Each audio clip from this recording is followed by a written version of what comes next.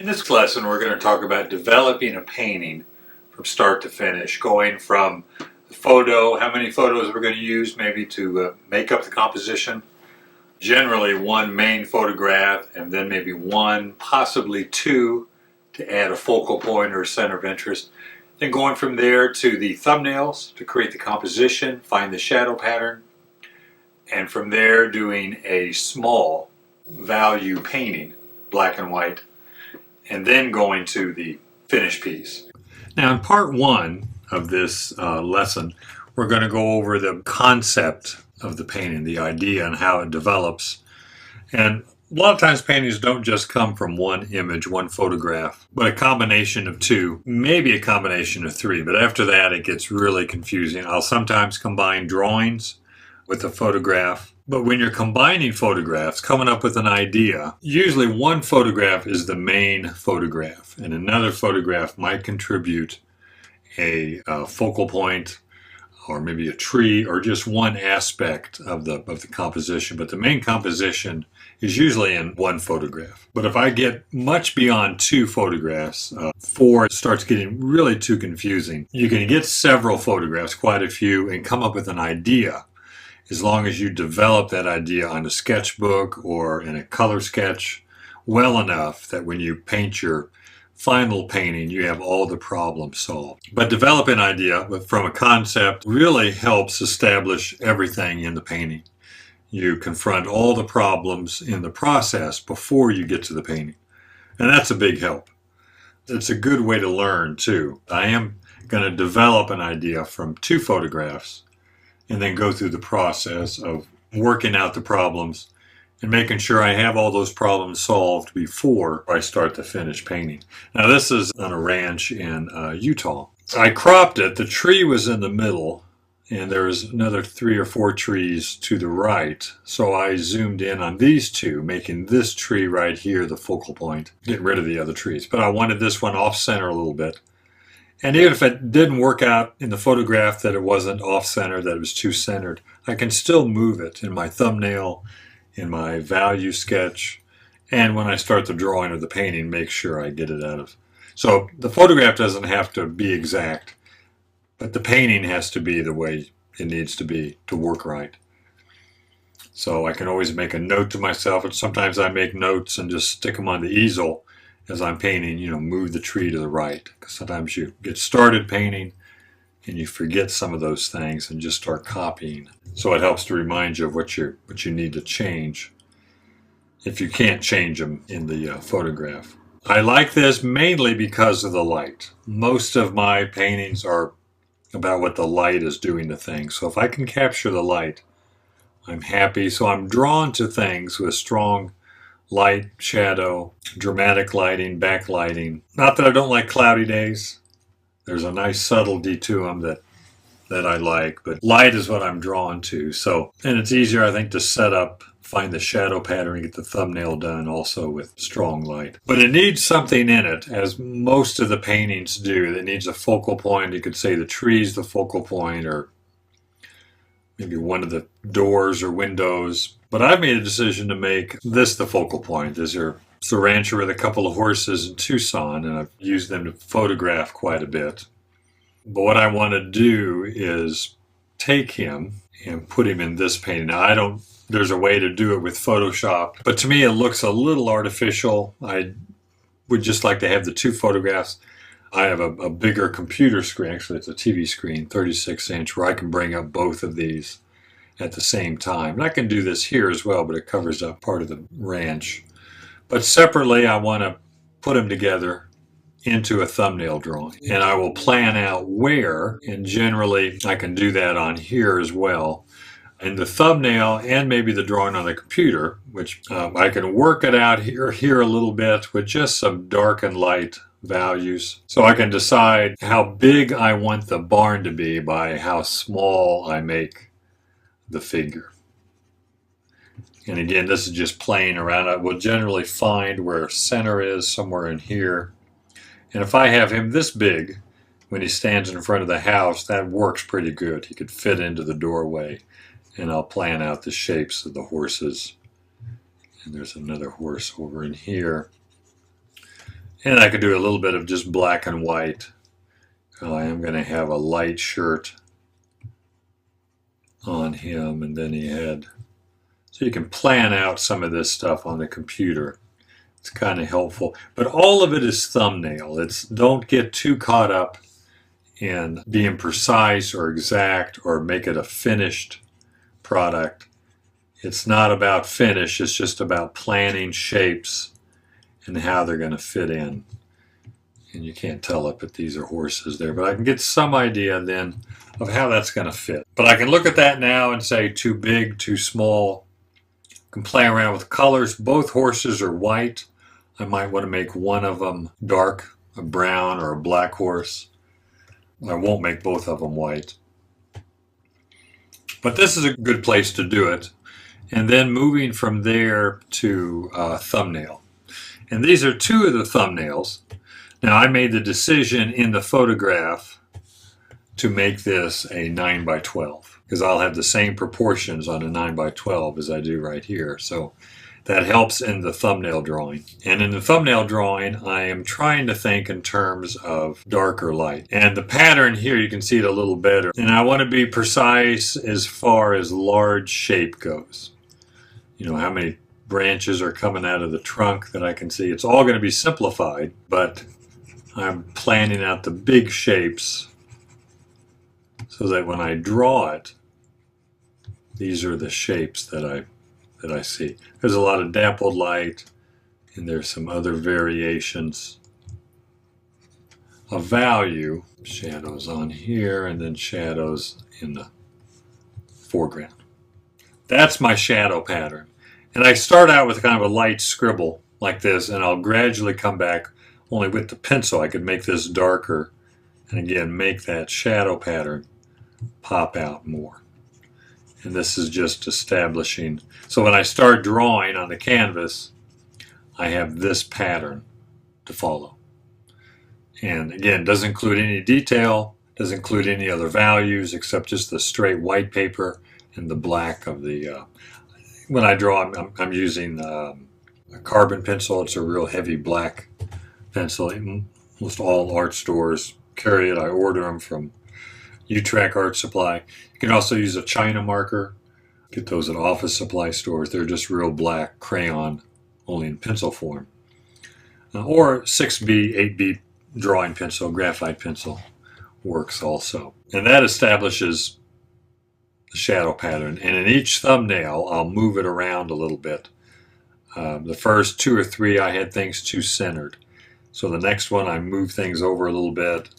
Here I increase the size of the tree. It's not much of a change, but by the time I've done 4 or 5 of them, I have the idea of that big pattern in my mind really well. The first 2 or 3 are always awful because I'm just gradually trying to get the idea of how to get started on it.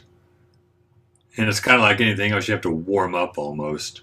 But I will real lightly scribble in the shapes, almost to where you can't see it, but I can see it. Then I can go back and use a little outline because the scribbling, the light scribble gives me a sense of where things are going to be. You don't have to start blind with an outline because you have nothing to compare it to. But if I have a light gesture or scribble, kind of like this right in here, then I can press down darker to find that shadow pattern. The more I can find that, the simpler I can make it, the easier the values are going to be, which makes the color a lot easier to come up with. So do quite a few of these. I do at least 4, and sometimes more if it's a more complicated subject. Then going from there to a black and white value painting. And my thumbnail, I knew my canvas was going to be a 9x12, so my thumbnail was a 4.5x6, which is the same proportion as 9x12. I just divided 12.5 and 9.5 and got 4.5x6. That way, when I did my thumbnail, that would fit perfectly in proportion to a 9x12, and that helps. I don't want to do a square thumbnail for a long horizontal painting. The thumbnail shape has to correspond with the canvas shape, and it's always as small as I can get it because I don't want any detail. And these are nothing to write home about. Nothing, you know, a lot of them I throw away afterwards. Sometimes if they turn out good, I'll keep them, but that's not the point. The point is I'm getting that pattern in my head. And all this is practice. And of course, you want things to turn out, but as practice, you want them to sink in. And a lot of times they may not turn out well on the canvas or on the paper, but they sink into your head and things gradually get better. So in my value drawing, and again for a 9x12, it was proportionate to 9x12, but it was bigger than the thumbnail.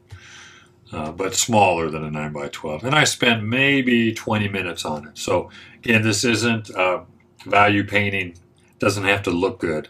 You just have to work out those big values. But I have the black here. So the black is here. And I took white for my lightest light. Wanted to mix a light, a halftone, and a dark. And my lightest light is not going to be white, and my darkest dark won't be black. So I took white and added smallest amount of black to it. Obviously white's going to be pretty light. There's white, so you can tell I'm a couple of values down from white. It's not a straight white at all. So white, took a little bit of black in it. Then I took black, a big pile of it, and added a little bit of white to it. So if we're going from like 1 to 20 as far as the value scale, 1 being the lightest and 20 being the darkest, 1 being white, 20 being black, then I'd probably start with a 3. So I'm a little bit darker than just white. And I'd probably end with an 18, 17, so that I'm not as dark as I can go or as light as I can go. Again, here I started with white, added a little bit of black. Here I start with black and add a little bit of white. Then I kind of get half and half black, half white, and that's my middle value. And as I'm painting, here's the first stage. I do a quick line drawing with pencil. And the first thing I find is the shadow pattern. And here I'm using the darkest dark. Not the black, but that dark I've started with. And I just fill in that big shadow pattern, which is the shadow on the building, shadow on the trees. This is light on the tree right here. And then the shadow on the foreground. And a little bit of the shadow on the background, although I lighten that a little bit. But that's my shadow pattern. I want to establish that first with the darkest dark. And then I have, again, the light and the halftone. So the second step then is I start adding some lights and halftones and deciding, and this is what the value sketch is for, is to separate the plane. So I decided the ground would be the lightest, then the sky, then the light, then the sky, then the roof, then the light part of the tree. And I do the same thing with the darks, although I haven't done it yet. Everything's kind of the same dark. But I'm setting up those values. Which big shapes are going to be lighter, which big shapes are going to be a darker light. And you compare dark with dark and light with light. So right now I'm separating the lights. Because the lights can't all be the same. If the roof value is the same as the sky, then it flattens out. Or if the sky is the same as the ground, flattens out. So, and then I'm starting to separate the darks here. I've got my darkest dark on the building and the trunk. Then I got a lighter dark back in here. And then the shadow here is another value. Eventually I want this to be a little darker than that, I think. They can't be the same because this is background, this is foreground. So they have to be separate a little bit. Now I'm starting to separate values a little more. I've lightened the shadow on the building. I'll darken the shadow on the trunk a little bit more. I've lightened the shadow back here. I've darkened it here. And I'm constantly juggling back and forth. I'll fill in an area, step back, and compare it with another area. But I have to get the shadow on the ground, the flat ground, different from the shadow on the upright tree, different from the shadow on the building. You know, they're all different, and you have to juggle those. And that's what this does. So when I start the painting, I've got a good list of where all the darks and lights are, which ones are darkest and which ones are lightest. And, you know, when you do it small, it works better. And here I've juggled some more. I've got the roof the lightest now, then the ground, then the sky, then the tree, light tree. Those are my lights. And the darks are darkest in the trunk, and a few dark accents in the building, then the shadow on the foliage, then the background foliage, and then the shadow on the flat ground. So again, placing those different darks in order from light to dark, and then the different lights in order from light to dark. And I place my kind of focal point. And drawing is not important. And the subject is fairly easy. It's not real complicated. And the more complicated it is, the more this step helps of sorting out the values. But getting back to this, you exhaust these three as far as separating pretty well. Then what I'm doing, I'm taking a little bit of this and a little bit of that, and I'm coming up with a value between the halftone and light. Same thing with the dark. I know I have to come up with another value, so I come up with one there. And you just keep doing it. If I need another value, I mix those two. And this is straight white over here. I can add a little bit of that to this to come up with another value. So it's, and I can add a little, like I did here. I've got a little more black I added to my dark to get a darker dark, like an accent, dark accent. So I essentially ended up in that painting with probably 1, 2, 3, 4, 5, 6, 7, 8, 9, maybe 10 values, which is simplified. You start off with the 3, and then you blend those 3 together to come up with the other 5 or 6 or 7 values you need. Now we're going to take a look at adding the figure to the landscape, something that becomes more of a focal point. The photograph at first did not have a good focal point, something that draws you into the picture, but it did have a good setup. It had good lighting, good shapes in there of the tree and the building, but the focal point of the figure and the horse should finish it all. So I'm going to talk about how to add that figure by simplifying first and keeping it simple through the whole painting, and then using some broken color to finish the painting. Now this is part 2. We're going to be talking about using a figure in the painting. And we're not talking about a figure painting where the figure takes up most of the canvas. This is a landscape with a figure in it. And you want to approach it a lot differently, a lot simpler. The more simple I can see it and start it, the easier it is going to be to paint. So the figure becomes easier when you see it in bigger shapes. So this is, and I usually use maybe blue and cad red or blue and orange. This will be drawn on a dry painting. And just with some blue and cad red or blue and orange, I want to see a silhouette. I don't want to see a shape like this with all the detail. And it's hard to start drawing a figure with an outline because you have no idea about proportions.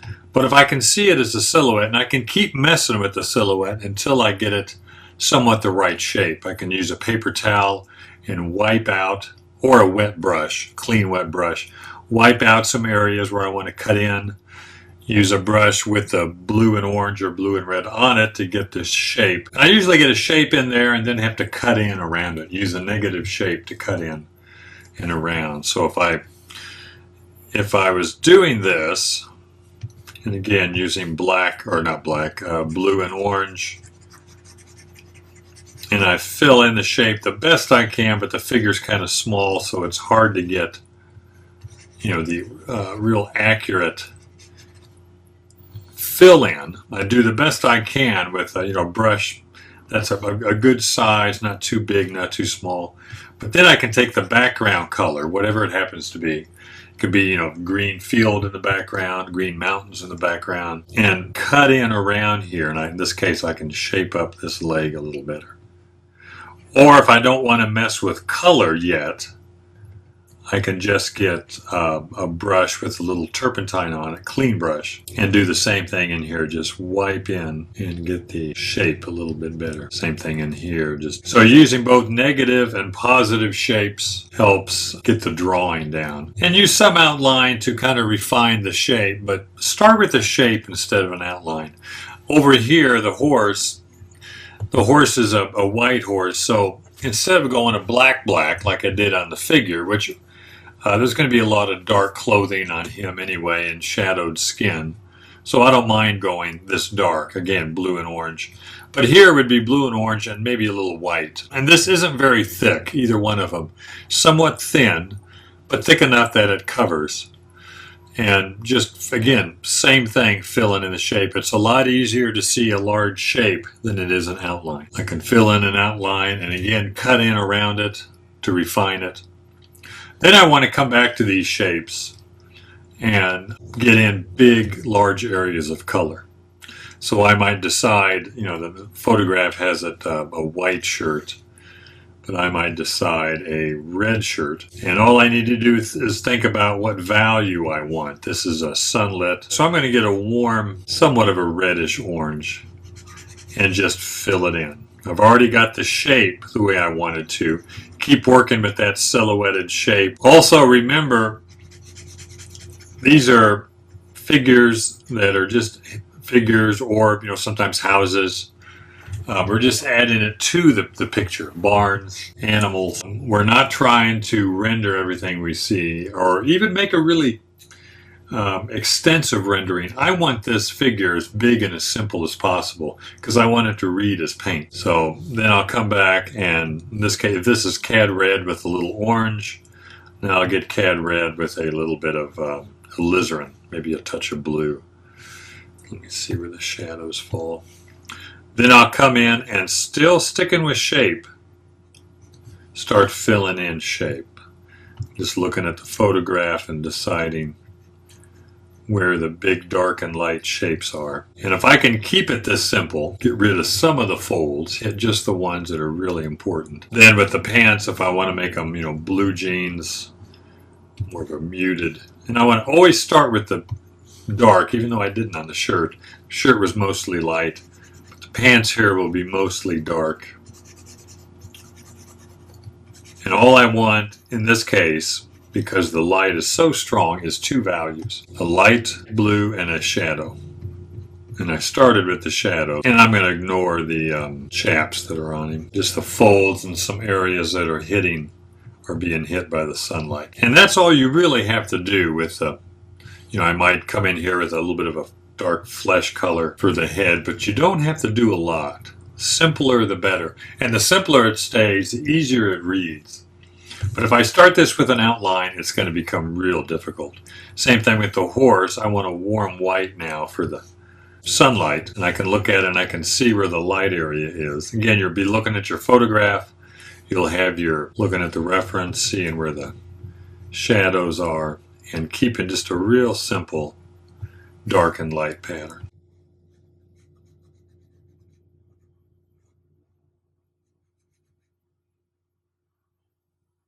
And I want to leave that value I drew it in with for the shadow. I didn't do that with this because I just filled it in with the dark, but I can look on here and see where the lights are. And again, the simpler I can keep this, the better. You can see where the other lights are, light down here on the leg. And I might change the color of the pack so it's not all the same, but I'm going to go ahead and just use and just get a simple light and dark pattern. And that works. There's some other grays in here, shadow areas that I can mess with. They can be a touch lighter. So I might have two different darks, two different lights, but I want to keep it simple.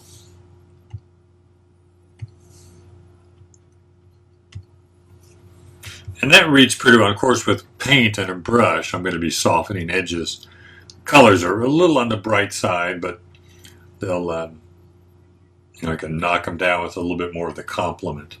But that's what we want to do, just that simple shape, refining it down, keeping it very simple. Two values, a big silhouette to start with, and then we can refine it.